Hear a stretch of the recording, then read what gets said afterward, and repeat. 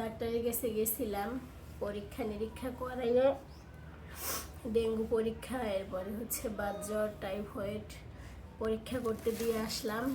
আর বরাবরই তো আমার শরীরে রক্ত থাকে না। এরপরে বাজারও বেড়ে নিয়ে আসলাম আমার জন্য। এই যে দেখেন কী কী আনছি, 1 কেজি ডিম নিয়ে আসছি, ঠিক আছে। আর এই যে কচুর মুখিও নিয়ে আসছি, পালং শাকটা বেশি ছিল, ঠিক আছে। আসছি 1/2 কেজি চিংড়ি মাছ, ঠিক আছে, দোকানদার পরিচিত ছিল চিংড়ি মাছটা। এই যে 2টা আনার নিয়ে আসছি, আর এই যে আঙ্গুর ফলও নিয়ে আসছি, লটকন নিয়ে আসছি 1 পোয়া, কবুতরের বাচ্চা আছে এখানে 2টা, আনছি 1 কেজি, ঠিক আছে। গরুর মাংসটা এখানে রাখলাম, দোল। আর এই যে এটা নিয়ে আসছি, এটা খাইতে মন চাইছিল।